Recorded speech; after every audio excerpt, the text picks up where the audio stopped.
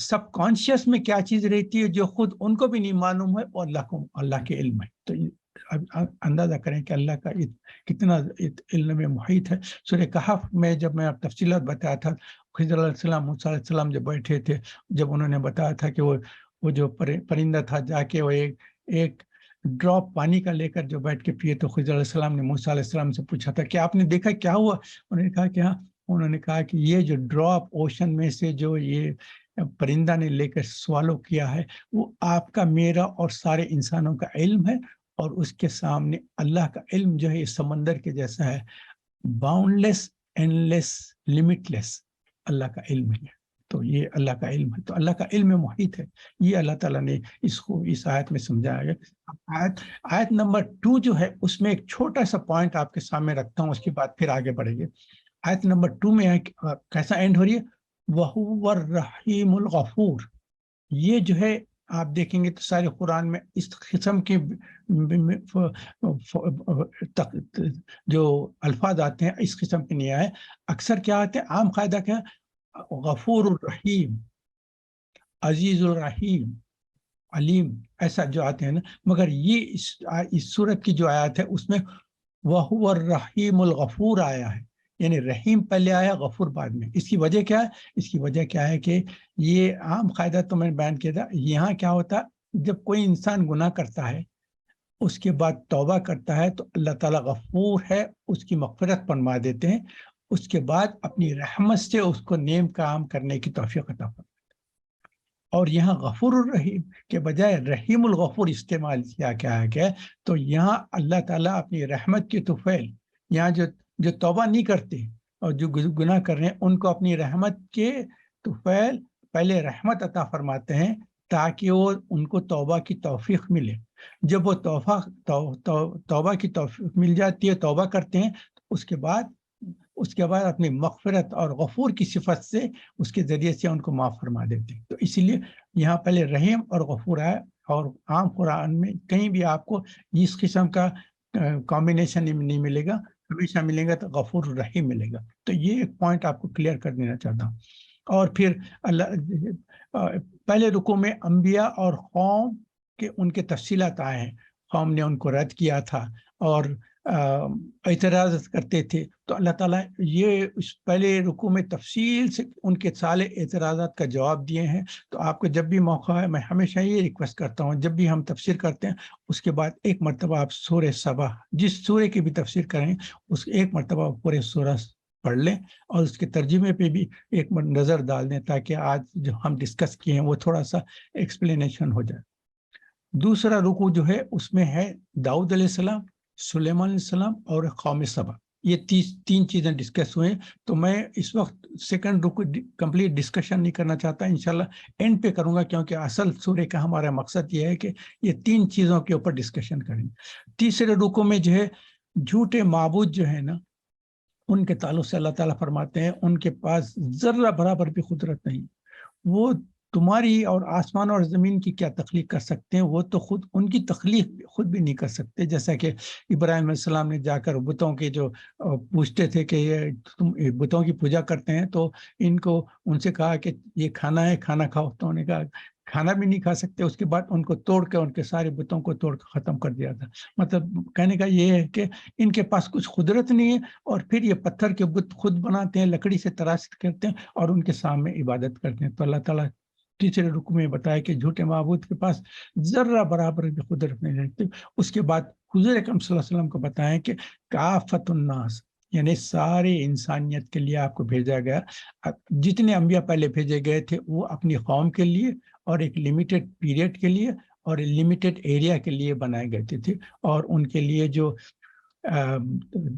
Book of guidance بھی جو دی گئی تھی وہ انہی لوگوں کے لیے تھی اور ایک وقت تک کے لیے تھی. جیسا کہ تورات ہے، انجیل ہے، زبور ہے، یہ ایک وقت کے لیے تھی. مگر حضور اکرم صلی اللہ علیہ وسلم چونکہ کافت الناس ہے، ساری انسانیت کے لیے، ساری دنیا کے لیے، اور سارے جتنا بھی قیامت تک کے لیے وقت آنے والا ہے سب اس وقت کے لیے حضور بنا دیے گئے ہیں. اور اسی لیے ان کی جو کتاب ہے وہ بھی ہمیشہ رہنے والی ہے، وہ کبھی ختم ہونے والی نہیں، اور اس میں کوئی تبدیل نہیں ہو سکتی.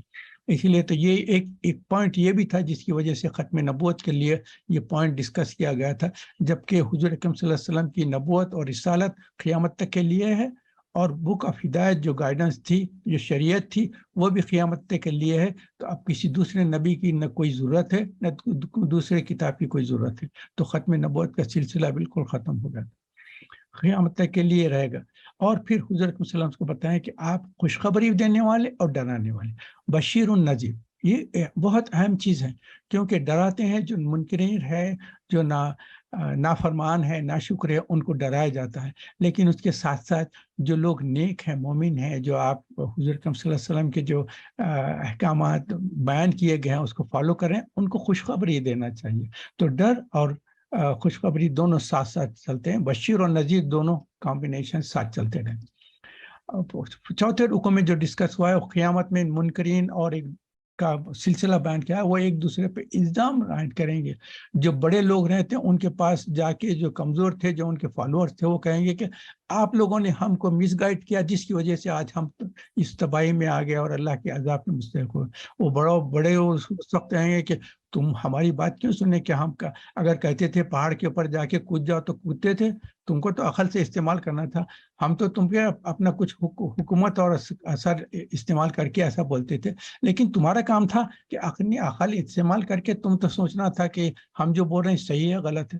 تو وہ قیامت کے وقت یہ دونوں گروپوں میں بہت زبردست تکرار اور بحث ہوگی۔ اللہ تعالیٰ اس کا صرف ایک مینشن کر دیے چوتھے رکوع۔ پانچویں رکوع میں مومنین اور منکرین کا نتیجہ بیان کیا جاتا ہے کہ انجام ہے، کچھ جو لوگ نیک کام کیے ان کو بھلا نیک انجام ہونا چاہیے، جو برائی کیے ان کو برا انجام۔ اگر یہ نہ ہو تو پھر اللہ تعالیٰ کا عدل ختم ہو جائے گا نا۔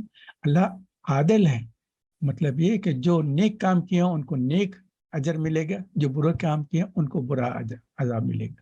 تو یہ اہم پوائنٹ تھے اس میں۔ اور قیامت میں کیا ہوگا، مشرکین جن کی عبادت کرتے تھے ان سے سوال ہوگا کہ کیا تم لوگوں نے کہا تھا کہ ہماری عبادت کو، جیسے کہ عیسیٰ علیہ السلام سے سورہ مائدہ میں ہوا تھا نا، کہ اللہ تعالیٰ پوچھیں گے عیسیٰ علیہ السلام سے، کیا تم نے اپنے آپ کو خدا اور اپنی والدہ کو خدا بنایا دیا تھا اور لوگوں سے کہا تھا کہ تم ہماری عبادت کر؟ عیسیٰ علیہ السلام جواب دیں کہ اللہ میں کیسا ہو سکتا ہے، آپ جاننے والے ہیں، آپ کے علم میں ہر چیز ہے۔ تو وہ ایسی سوال جب بھی کریں گے، تو یا فرشتوں سے بھی سوال ہوگا تو ان سے کہیں گے کہ تم لوگوں نے کہا تھا کہ میری بات کا، تو وہ فرشتے فوری جواب دیں کہ اللہ ہم کیسا بول سکتے ہیں ان کو، تو فرشتے جواب دیں گے۔ یہ جو فورتھ رکوع میں یہ تفصیل سے آ جائے گا، ففتھ رکوع میں یہ تفصیل سے آئے گا۔ سکسth اور آخری رکوع میں جو ہے خطاب جو ہے حضور اکرم صلی اللہ علیہ وسلم سے ہے کہ آپ کہہ دیجئے کہ میرا کام کیا ہے، میں نصیحت کرنے والا ہوں، اور اللہ پاک نے مجھے سچا دین دے کر بھیجا ہے۔ یہ جتنا اللہ تعالیٰ نے مجھ پر احکام نازل کیا، میرا کام یہ ہے آپ لوگوں تک پہنچا دینا ہے۔ یہ حضور اکرم صلی اللہ علیہ وسلم سے اللہ تعالیٰ نے خطاب کر کے یہ بتا دے گا۔ آخر میں منکرین کے پریشان کن حالات، قیامت میں جو حالات ہوگے وہ تفصیلات بیان ہوئیں گے، تو آخری رکوع جب پڑھیں گے اور اس کے ترجمے میں جائیں گے تو وہ تفصیلات آئیں گے۔ اب آج ہم جو ڈسکشن تھا وہ میں اس کے اوپر آ رہا ہوں۔ داؤد علیہ السلام، سلیمان علیہ السلام، قوم سبا، اور سب سے موسٹ امپورٹنٹ میسیج یا سبق آج کی تصحیح کا یہ ہے شکر is main topic of this sitting. ہمارا اللہ تعالیٰ کا شکر ادا کرنے کے اوپر کانسنٹریشن کرنا ہے۔ اور تو پہلے میں داؤد علیہ السلام کے تعلق سے کچھ بیان کر دیتا ہوں۔ داؤد علیہ السلام جو ہے آپ کو پتہ ہے نا، ہم سورہ بقرہ میں جو ڈسکس کیے تھے داؤد علیہ السلام کیسا ہوا تھا، تو طالوت اور جالوت کے تعلق سے میں بیان کر دیا تھا۔ جالوت تو بڑا زبردست، گولیات جو تھا وہ طاقتور اور اپنے قوم کا لیڈر تھا اور سپہ سالار تھا اور ان کا ریپرزینٹ کرنے والا تھا، بہت اونچا پورا، اور جب لڑائی میں آتا تھا تو پورا لوہے سے کمپلیٹلی کورڈ، اس کا ایسا تھا کہ کوئی جسم کا حصہ نہیں تھا، صرف آنکھوں کے پاس 2 سوراخ تھے جس سے دیکھ سکتا تھا، اور پیشانی کے پاس تھوڑا سا اوپن حصہ تھا جس سے تھوڑا پیشانی اور آنکھ کھلے رہتے تھے۔ اس کے علاوہ he was completely hidden one iron, protective iron, تو اس کے ساتھ کوئی اس کو ہرا نہیں سکتا تھا، کوئی اس کو نکل سکتا تھا۔ مگر جب بنی اسرائیل نے کہا کہ ہمارے پاس جو ہے نبوت کا سلسلہ تو چلتے رہا مگر ہم حکومت چاہتے ہیں، تو جب اس وقت جو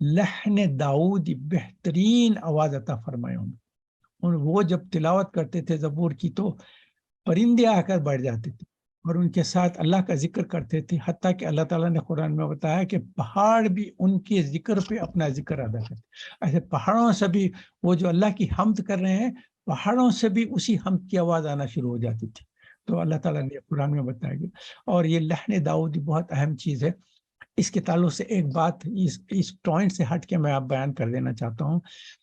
حضور اکرم صلی اللہ علیہ وسلم، اللہم صلی علی محمد وعلی آل محمد وصلی تعالی ابراہیم وعلی آل ابراہیم انک حمید مجید، اللہم بارک علی محمد وعلی آل محمد کما بارکت علی ابراہیم.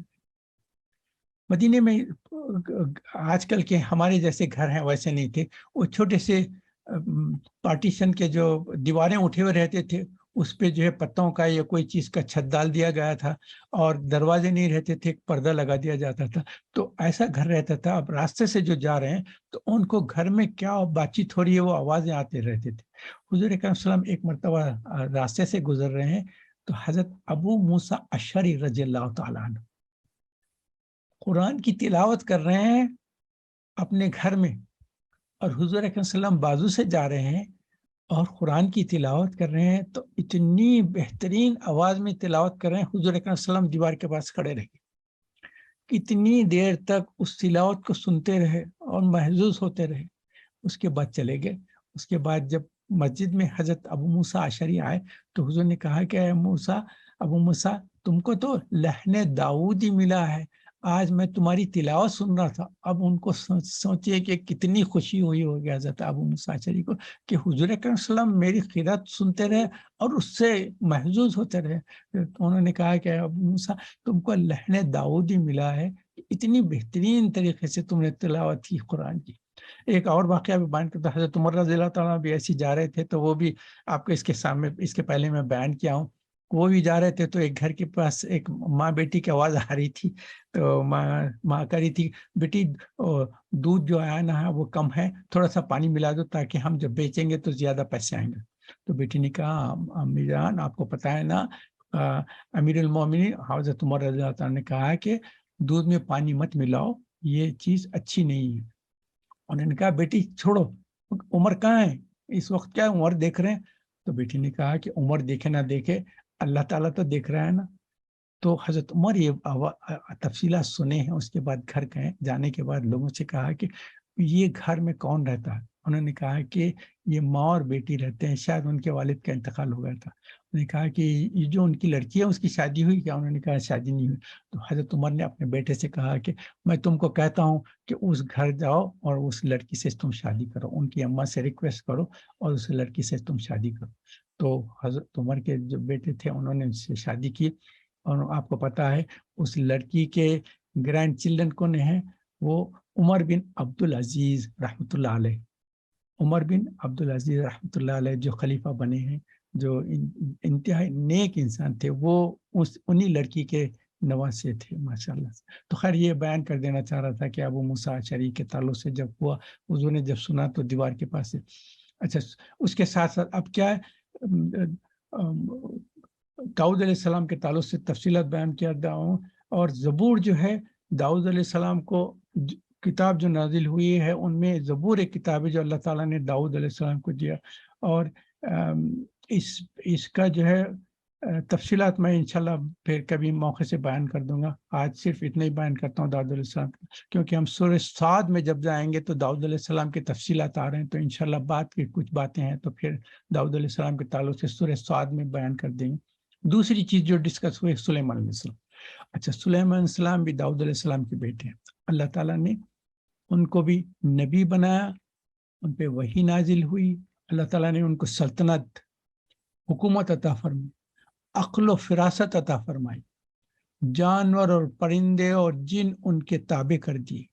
آپ کو پتہ ہے نا سورہ ہم نمل میں ہم ڈسکس کیے ہیں تو پرندوں میں ہدہد نہیں آیا تھا. تو کیوں نہیں آیا؟ وہ ان کے حکم تھا کہ سارے پرندے جو ان کا ڈسکشن کا ٹائم رہتا تھا، وہ جو پیریڈ رہتا تھا، اس وقت سب کو حکم تھا کہ سب جوائن ہو جائے. تو سارے جانور اور پرندے چرندے سارے جمع ہو جاتے تھے اس وقت پہ.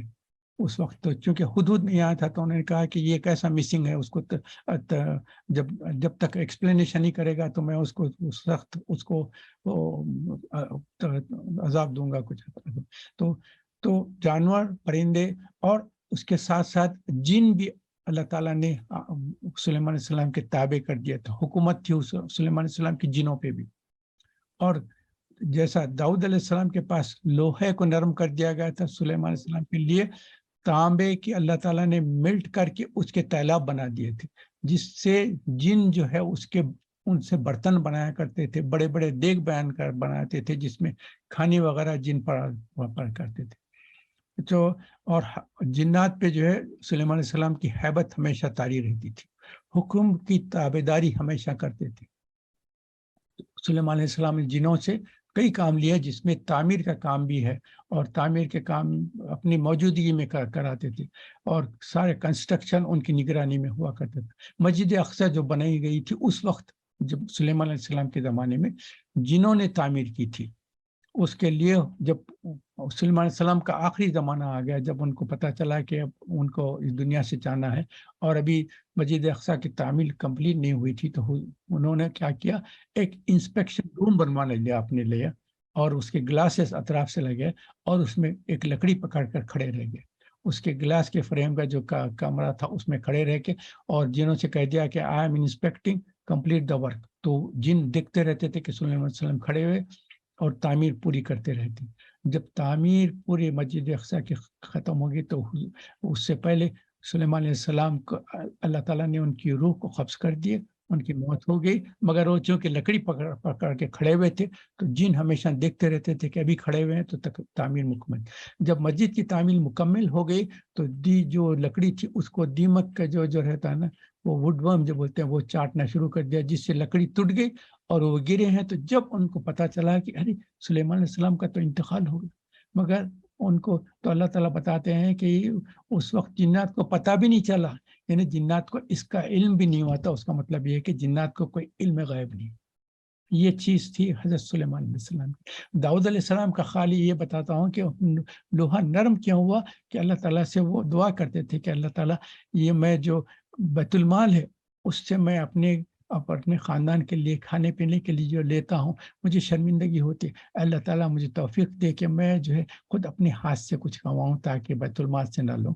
تو اللہ تعالیٰ نے لوہا ان کے لیے نرم کر دیا. تو پہلے اس زمانے کے جو میٹلرجی کی جو تھی، وہ میٹلز کو جو کرتے تھے تو بڑے بڑے موٹے شیٹس بنتے تھے، جو شیٹس بہت ہیوی رہتے تھے. جیسا کہ جالوت نے جو شیٹس پہنی تھی اپنے اوپر، وہ چونکہ اونچا پورا اور طاقتور تھا تو بڑے بڑے میٹل کے جو شیٹس تھے وہ اپنے آگے اور پیچھے اور سارے جسم کو اپنا میٹل سے کور کر لیا تھا. مگر عام آدمی کی طاقت نہیں تھی. کوئی عام انسان اگر جنگ کے لیے جانا چاہتا تھا تو اس کو میٹل پروٹیکشن نہیں ہوتا تھا. مگر اللہ تعالیٰ نے داؤد علیہ السلام کے ہاتھ میں لوہے کو نرم کر دیا تو اس کو وہ اپنے ہاتھوں سے موڑ کے اتنے چھوٹے چھوٹے اس کے لوہے کے تار بنا دیتے تھے. اس سے جو ہے ان کے جو پروٹیکٹیو کلوتھنگ بناتے تھے اور میٹل کے اور دوسرے چیزیں بناتے تھے اور اس کو بیچتے تھے. اس سے جو پیسہ آتا تھا اس سے اپنے اور اپنے خاندان کی جو ہے وہ استعمال کرتے تھے. تو یہ خاص طور پہ بتایا گیا کہ اس وقت میرے کو ریفرنس نہیں ہے تو اسی لیے وہ حدیث نہیں بیان کر جس میں بتایا گیا کہ داؤد علیہ السلام کو دیکھو کہ اپنی ہاتھ کی کمائی سے اپنے استعمال کرتے تھے. تو سلیمان علیہ السلام کے زمانے میں کیا ہوا، میٹل کا جو تانبا تھا جو اس کا لیگ بنا دیا گیا تھا جس سے تانبے سے جو ہے جنات وہ بناتے. اب میں آتا ہوں قوم سبا کی طرف سے. قوم سبا جو ہے ان کا جو تھا ایک جو بڑا لیڈر تھا اس کا نام تھا عبد الشمس. وہ اپنے آپ کو نعوذ باللہ سورج کا جو ہے عبادت کرتا تھا اور سورج کا جو ہے اپنے آپ کو بندہ کہتا تھا. اس کا نام تھا عبد الشمس. عبد الشمس تھا اس کا نام. تو اس کا لقب تھا سبا اور اس کے نام سے وہ آبادی کا نام قوم سبا ہو گیا. یہ یمن کے ایسٹرن علاقے میں اس کا تعلق ہے اور سورہ نمل میں جو ہے ہم ملکہ کوئی نفشی با ملکہ سبا کے تعلق سے قصہ بیان کر دیے گئے.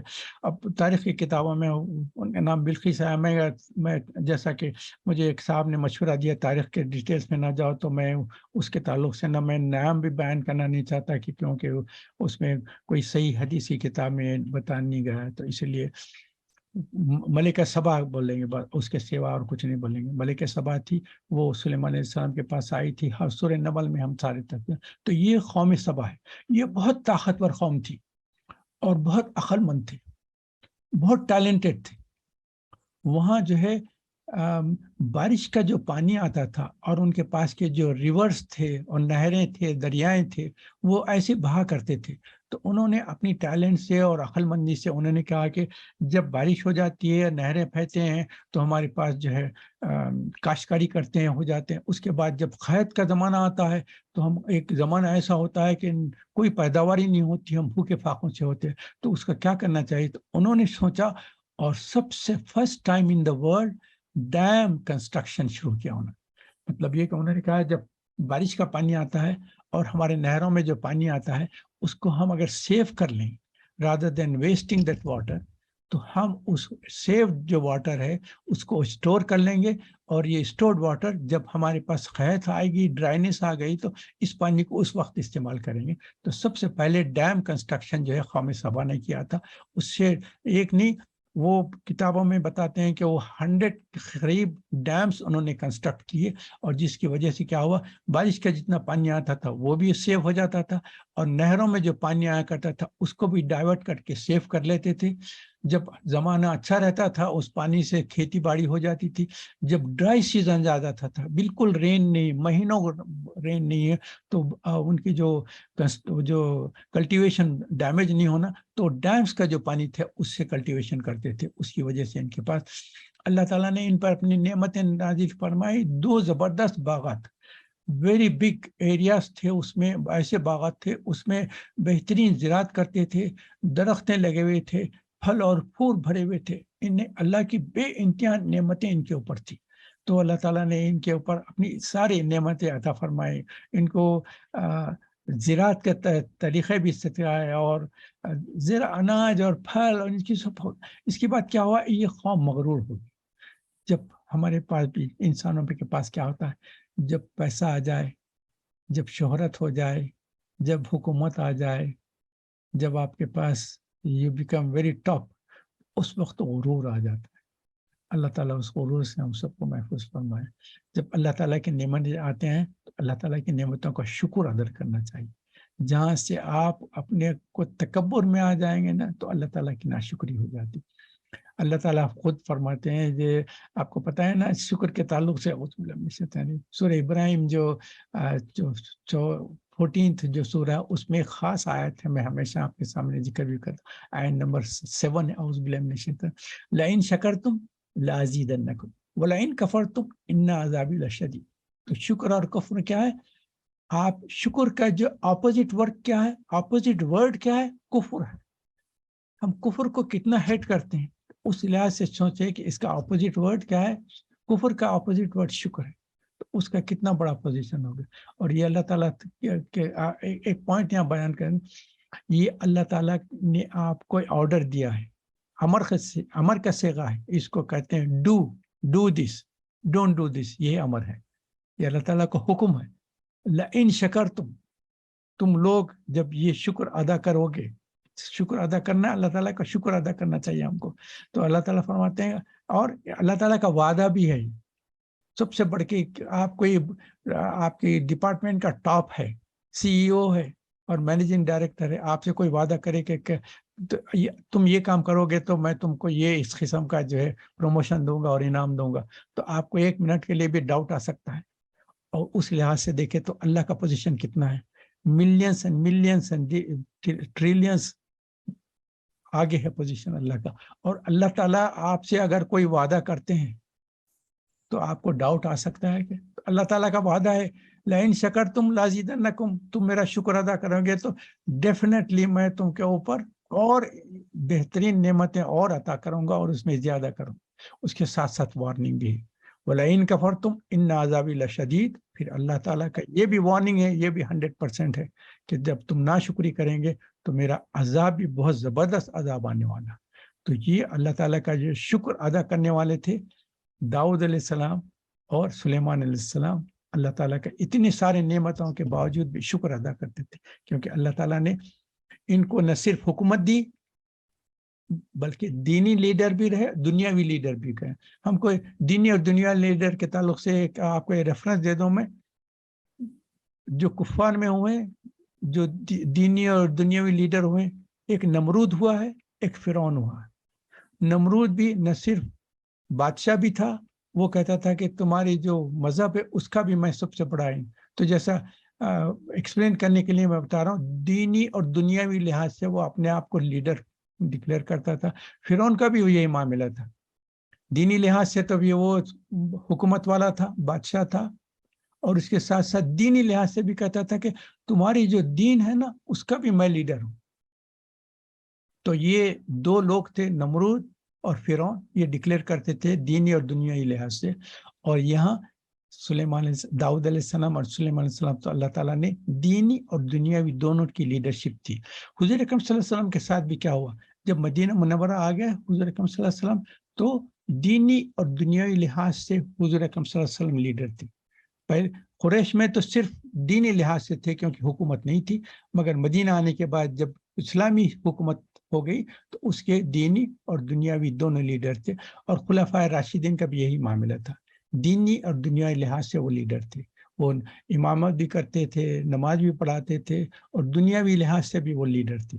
یہ سب صرف میں اس تعلق سے بات ہو رہی تھی تو میں نے قوم سبا کے تعلق سے بتا دیا کہ یہ لوگ اللہ تعالیٰ نے ان کے اوپر اتنے انعامات کرے، نعمتیں عطا فرمائے، تو اس کے بعد ان کو شکر کرتے کرتے ناشکری شروع کر دی. نہ صرف یہ کہ اللہ تعالیٰ پہ جو ایمان تھا وہ بھی ختم ہو گیا، نبووں کی بات سننا چھوڑ دی. کتابوں میں آتا ہے کہ 30 مختلف نبی آ کے ان کو تعلیم دیتے رہے، مگر انہوں نے سب کو ریجیکٹ کر دیا. بس اپنے اوپر تھے کہ ہمارے پاس تو اتنے ڈیمز ہیں اور اتنا ہمارے پاس پیسہ ہے، اور یہ زراعت بھی کرتے تھے اور بزنس ڈیلنگ بھی کرتے تھے. ان کے کیروان جاتے تھے جو ایسٹ سے ویسٹ سارے جو ہے بزنس کرتے تھے، ان کے پاس اتنی دولت کے انبار ہو گئے تھے. تو جب اتنے دنیا لحاظ سے اتنے بلند ہوئے تو پھر وہ اللہ تعالیٰ کی ناشکری میں لگ گئے.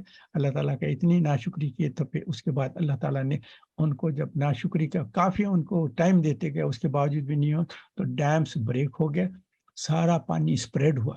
اسپریڈ ہو کے نہ صرف ان کے 2 قسم کے عذاب آئے. پہلے تو یہ تھا کہ ان کی جتنی زراعت تھی اور باغات تھے وہ فلڈنگ کنٹینیوس ہو کے بالکل تباہ و برباد ہو.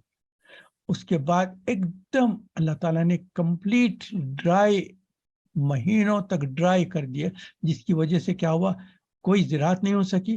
اور وہ ڈرائینس سے کیا ہوا، جو درخت اٹھے ہیں وہ ڈرائی، آپ کو نہیں کانٹے دار، اور جس کے جو پھل رہتے ہیں وہ بھی کڑوے قسم کے پھل. تو ان کے پاس اللہ تعالیٰ نے 2 عذاب کیے. ایک تو ان کے بالکل جو زراعت تھی وہ تباہ و برباد ہوگی. اس کے بعد ان کے پاس جو زمین سے چیزیں نکلے ہیں وہ سارے جو ایسے تھے ان کو تکلیف پہنچانے والے تھے، جس سے کوئی فائدہ نہیں. تو یہ ہمارے کو اس سے زبردست سبق ملا ہے. اس میں اللہ تعالیٰ کا شکر ادا کرنا. تو اس صورت میں 3 پوائنٹس ڈسکس ہوئے: سلیمان علیہ السلام، داؤد علیہ السلام، سلیمان علیہ السلام، قوم سبا اور شکر. یہ 3 ہم کو اس سورج سے سبق ملے ہیں. تو ہم کو کوشش یہ کرنا چاہیے کہ اللہ تعالیٰ نے جو ہم پر نعمت نازل فرماتے ہیں ہمیشہ اس کا شکر ادا کرتے رہے. الحمدللہ رب العالمین. صبح سے شام تک، صبح ہوتی نا آنکھ کھولتے ہی سب سے پہلے الحمد، کیونکہ صبح میں اٹھنے کے لیے الحمدللہ الذی احیانا بعد ما اماتنا والیہ النشور. یہ تو آپ کو حضور اکرم صلی اللہ علیہ وسلم نے حدیث میں بیان کر دیا کہ اللہ کا شکر ادا کرو. جیسے اٹھے سب سے پہلا شکریہ ادا کرنا ہے کہ اللہ تعالیٰ الحمدللہ آج آپ نے آنکھ کھول دی مجھے، اور آج کا ایک دن بھی مجھے اس دنیا میں رہنے کے لیے عطا فرما دیا.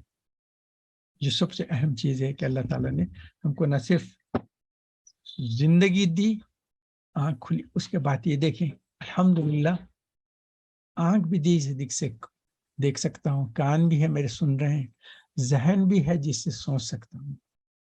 اس کے بعد بستر سے اٹھ رہے ہیں، الحمدللہ ہاتھ ہلا سکتا ہوں، پیر زمین پر رکھے الحمدللہ میرے پیر کام کر سکتے، کھڑے رہ جائیں الحمدللہ کھڑے رہ سکتے، اس کے بعد چلیں تو الحمدللہ چلنے کے قابل. کتنا اللہ کا شکر ادا کرنا. اس وقت سوچیں اگر آپ آنکھ ہوشیار ہوتی اور نظر نہیں آ رہا ہے تو بلائنڈ لوگوں کا حال دیکھیں کیا کیسا گزارتے ہوں. ڈیف لوگوں کا سوچیں کہ کیسا، اور جو ہاتھ پیر نہیں ہلا سکتے، اسٹروک ہو گیا ہے، پیرالسس ہو گیا، ان کا سوچے کہ بیڈ میں سے ہل نہیں سکتے، ڈسیبلٹی ہو جاتی ہے جب تک کوئی دوسرا آپ کو اٹھائے نہیں اٹھ سکتے. اللہ تعالیٰ نے اپنے ہاتھ پیر دیے ہیں، اٹھ رہے ہیں، کھڑے رہ سک رہے ہیں، جا سک رہے ہیں، نعمتوں کا ادا کر. اللہ تعالیٰ نے آپ کو صحت دی، کھانا کھا سک رہے ہیں، ناشتہ کر رہے ہیں، اللہ کی نعمتیں ہیں. آپ منہ کھول سک رہے ہیں، ہاتھ سے ملا سک رہے ہیں، کھا سک رہے ہیں، چبا سک رہے ہیں، حلق سے نیچے کھانا جا رہا ہے. آپ کو پتا ہے آپ جو بول جو کھانا کھاتے ہیں جب نوالا بنتا ہے، حلق سے جو آپ کے تھروٹ سے جو اسٹمک تک جاتا ہے، ہر نوالا اللہ سے اجازت دیتا ہے کہ آپ اگر اجازت دیں گے تو میں تھروٹ سے حلق سے نکل کر اس کے معدے تک جاؤں گا، اگر آپ حکم اجازت نہ دیں گے تو یہ حلق کے پاس سے نیچے نہیں اترے گا. ہر نوالا آپ کھاتے ہیں تو الحمدللہ، کھانے سے پہلے الحمدللہ کھانے کی دعا پڑھ لیں. پانی پی سک رہے ہیں الحمدللہ. بعض لوگ جس کے جو مسل کا پیرالسس ہوتا ہے، پانی سوالو نہیں کر سکتے، منہ میں پانی آتا ہے بہہ جاتا ہے، وہ حلق کے نیچے نہیں جا سکتا. اللہ تعالیٰ نے آپ کو جو ہے پانی دے دیا، کھانا دے دیا جو آپ حلق سے نیچے جا رہا ہے، پیٹ میں اتر رہا ہے. کھانا کھانے کے بعد آپ بیٹھے ہیں، اس کے بعد الحمدللہ اللہ کا شکر ادا کریں. چھوٹی موٹی یہ دنیا میں اللہ تعالیٰ بھیجا ہے آپ کو جو ہے ٹرائل اینڈ ٹریبولیشنز کے لیے. یہ امتحان گاہ ہے، اس میں آپ کا امتحان بھی ہوتا ہے، کچھ چھوٹے موٹے تکالیف بھی ہوتے ہیں. ہر چیز جو آپ سوچ رہے ہیں 100% آپ چاہیں گے کہ ہر چیز میں جو سوچ رہا ہوں وہ ہو جائے تو وہ جنت ہو جائے گی. کیونکہ جنت میں کیا ہوگا، آپ کے ذہن میں جو خیال آئے گا وہ فوری آپ کے سامنے ہو جائے. اب آپ سوچ دیکھیں گے کہ یہ چیز میں کھانا چاہ رہا ہوں تو میوہ آپ کے سامنے آ جائے گا. آپ یہ چاہیں گے کہ یہ چیز کھانا چاہ رہا ہوں، وہ چیز آپ کے سامنے، آپ کے ذہن میں جو چیز آئے گی وہ فوری ہو جائے گی، تو وہ جنت ہے. اگر آپ یہ سوچتے رہیں کہ دنیا میں یہ کرنا چاہ رہا ہوں، ایسی چیز ہونا چاہے، ایسی چیز ہوتا ہے، تو یہ دنیا ہے، جنت نہیں. آپ جو چاہ رہے ہیں اس میں سے کوئی چیز ہوگی، کوئی چیز آپ کے اگینسٹ ہوگی، تو اس میں آپ بالکل ناراض نہ ہو. یہ کہیں کہ میں تو یہ چاہ رہا تھا اور یہ کیوں ہو گیا. اس کی میں اس کے پہلے بھی آپ کو مثال بھی دیا ہوں. آپ جب ڈرائیو کرتے ہیں تو روڈ ورکس ہو رہے ہیں، ریڈ لائٹ آ گئی، آپ جانا چاہ رہے ہیں، اتنا ٹائم ویسٹ ہو رہا ہے. اس کے بعد جا رہے ہیں تو کہیں پھر آپ کو کنٹینیوس ایک کے بعد ایک ریڈ لائٹس آتے جا رہی ہے، آپ جانا چاہ رہے ہیں کوئی اور جا نہیں سک رہے ہیں. تو یہ آج کیا ہو گیا مجھے، بس کچھ نہ ہو، ایک کے بعد ایک دیر سے دیر ہوتی جا رہی ہے. اور وہ گیو وے پہ ہے، آپ جانا چاہ رہے ہیں تو ادھر سے کاریں آنا شروع ہو جا رہے ہیں، رائٹ سے ختم ہوتے ہیں تو لیفٹ سے آنا شروع ہوتے ہیں. یہ آج کیا ہو گیا میرے تعلق سے، یہ کیوں پرابلم ہو رہی ہے. آپ یہ نہیں سوچتے کہ آپ جو پھر بھی ڈرائیو کر سک رہے ہیں، ہاتھ پیر ہلا سکتے ہیں، کار آپ کے کنٹرول میں ہے، کوئی ایکسیڈنٹ نہیں ہوا، آپ کی جان بچی ہوئی ہے، فریکچر نہیں ہوا. اللہ تعالیٰ آپ کو تھوڑی دیر کر رہے ہیں مگر اپنے جگہ پہ تو پہنچ رہے ہیں نا. یہ شکر ادا کریں کہ اللہ تعالیٰ صحت، عافیت، تندرستی، ذہن ہمارا کام کر رہے ہیں، آنکھ اور کان اور ہاتھ پیر ہمارے کام کر رہے ہیں، کھا پی سک رہے ہیں. تو میں کہتا ہوں کہ آپ کے اوپر جو اللہ تعالیٰ نے آپ کو صحت عطا فرمائی ہے، اس کا کوئی آپ شکر ادا نہیں کر سکتے جب تک کہ ایک ہیبٹ بنا لیے، مہینے میں ایک مرتبہ کینسر ہاسپٹل جائیے اور وہاں جا کے ٹرمینل کیسز دیکھیں. ہر عمر کے لوگ کینسر کے ایک ایک اسٹیج سے گزر رہے ہیں، کیموتھراپی ہو رہی ہے، ان کا ٹریٹمنٹ ہو رہی.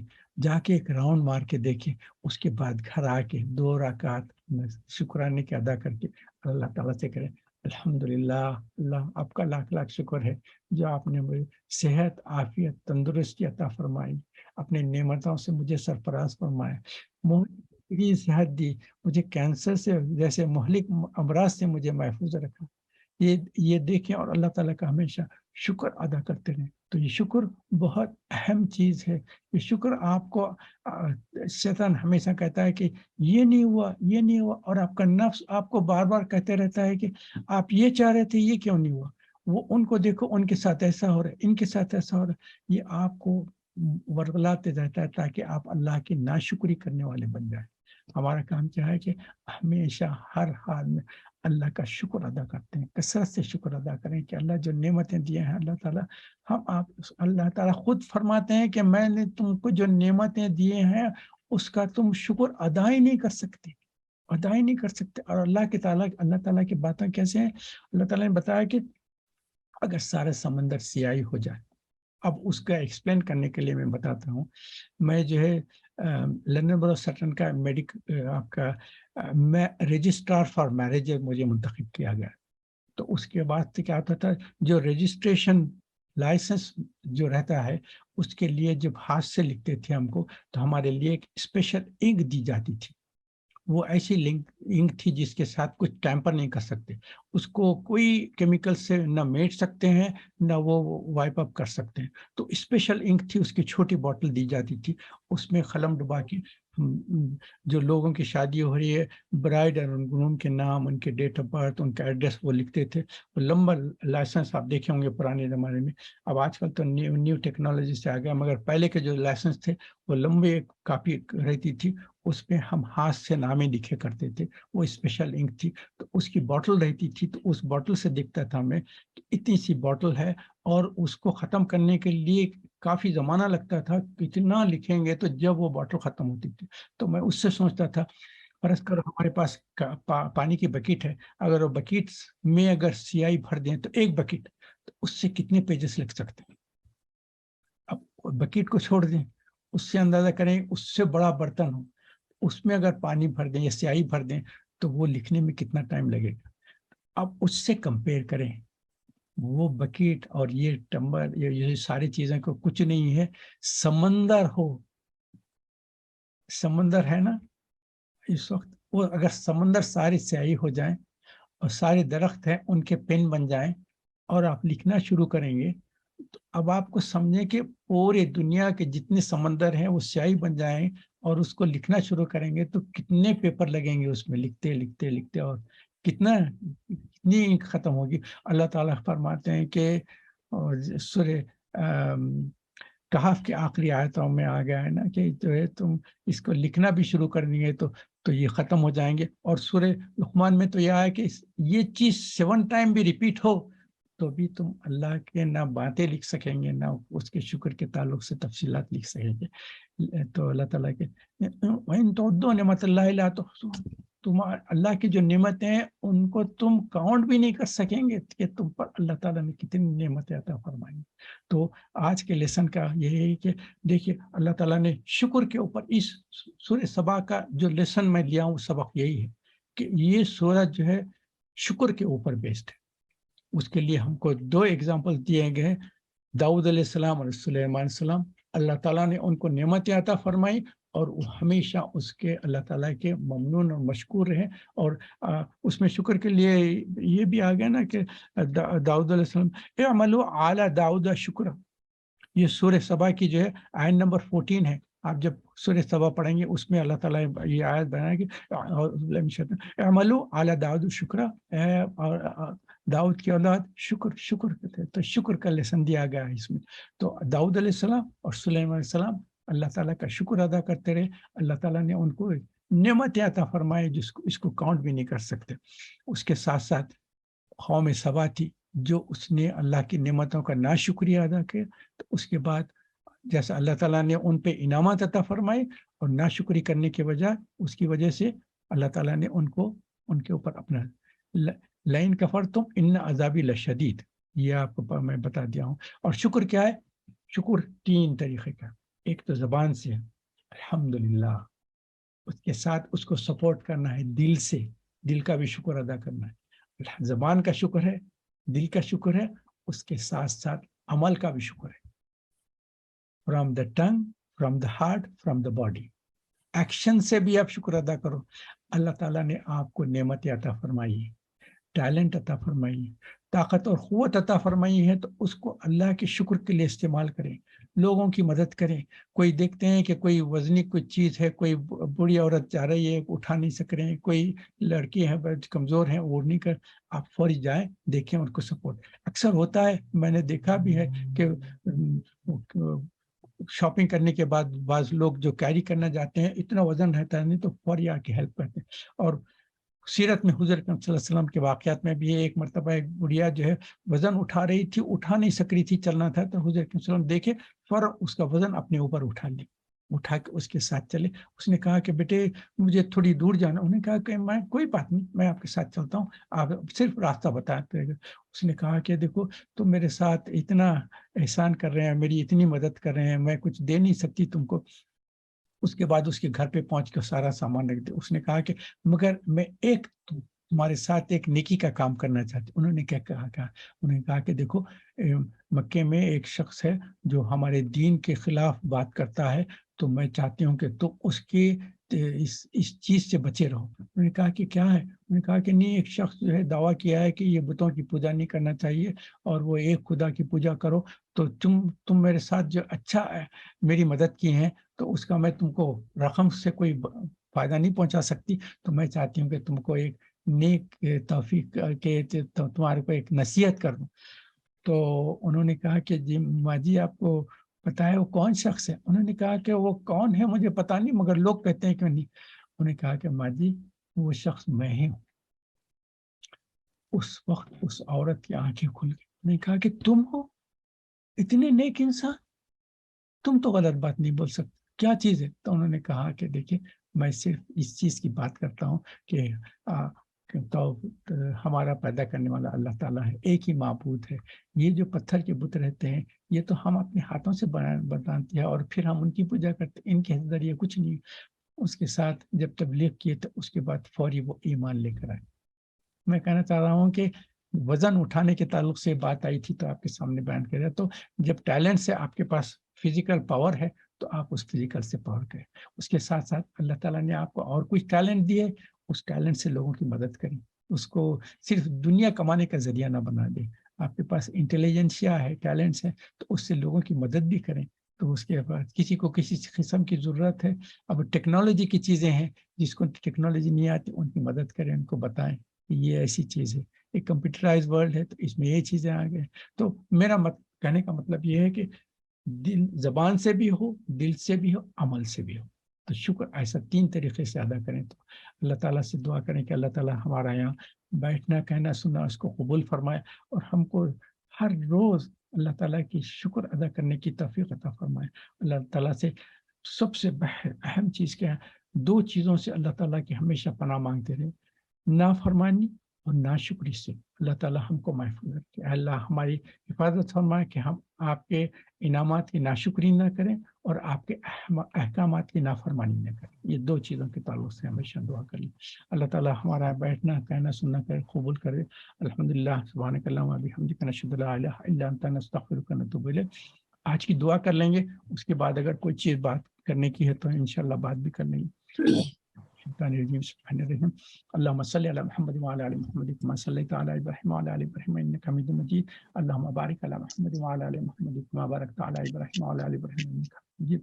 اللهم ان اسالك ايمانا كاملا ويقينا صادقا وعملا متقبلا ودعاء مستجابا ونظر الرحمه وفضلا دائما واجرا عظيما ورزقا واسعا حلالا طيبا وعلما نافعا كاملا وبدنا صابرا ولسانا ذاكرا کیسا رہا وقلبا قاسيا وقلبا منورا وقلبا صادقا تم یار گھڑی لے لیے تم وقلبا منورا وتوبة نصوحا وتوبة قبل الموت. You have to be very careful Salman. Chinese آئیں استعمال ہو رہا ہے 2-4 مہینے کی سال بھر میں بن جاتی ہے. اللهم حبب الينا الايمان وزينه في قلوبنا وكره الينا الكفر والفسوق والعصيان وجعلنا من الصادقين وجعلنا. ارشاد مائک میوٹ کر دیے، ارشاد مائک میوٹ کر دیں. سوری جی ڈاکٹر صاحب. جزاک اللہ. وجعلنا اللهم اجعلنا من المحسنين وجعلنا من المتقين آمين الصادقين آمين الصابرين آمين الشاكرين وجعلنا مخلصین وجعلنا من عبادک الصالحین لا خوف علیہم ولا هم یحزنون. اللہ تعالی ہمارا یہاں بیٹھنا کہنا سننا اس کو قبول فرمائے. غلطیاں کوتاہی ہو گئے اپنی رحمت کے طفیل معاف فرمائے. آمین. رحم و کرم عنایت اور سرفرازی سے ہم مستفید عطا فرمائے. اللہ آپ کے جو نعمتیں ہیں ان کا ہم کوئی شکر ادا نہیں کر سکتے. ہماری چھوٹے موٹے جو زبان سے جو بھی شکر ہوتا ہے، ہمارے دل سے جو شکر ہوتا ہے، ہمارے عمل سے جو شکر ہوتا ہے، رحمت کے طفیل اس کو اعلیٰ درجے میں قبول فرما دے. اللہ تعالیٰ ہم اپنے نفس اور شیطان کے شروع سے آپ کی پناہ میں آتے ہیں. اللہ تعالیٰ ہم کو ناشکری اور نافرمانی سے ہم کو بچا لیجیے. جو پریشان حال ہیں ان کو پریشان سے نجات فرمائے. بیمار ہیں ان کو شفا کاملہ اور عاجلہ عطا فرمائے. جو قرضدار ہیں ان کو قرضوں سے نجات عطا فرمائے. جو ہمارے دوست احباب رشتہ دار دنیا سے گزر گئے اللہ تعالیٰ ان کو جنت میں اعلیٰ مقام عطا فرمائے. اللہ تعالیٰ ہم کو توفیق دے اپنی ہدایت کے راستوں پر ہم کو گامزن رکھ، اور آپ نے جو ہدایت کے احکامات بھیجے ہیں اس پر کام کرنے والے بنا دے، اور حضور اکرم صلی اللہ علیہ وسلم کے نقش قدم چلتے ہوئے ان کی ہر سنت پہ گامزن رکھے اللہ تعالیٰ. اور اللہ تعالیٰ ہمارا نیک مقدم میں شمار فرما دے.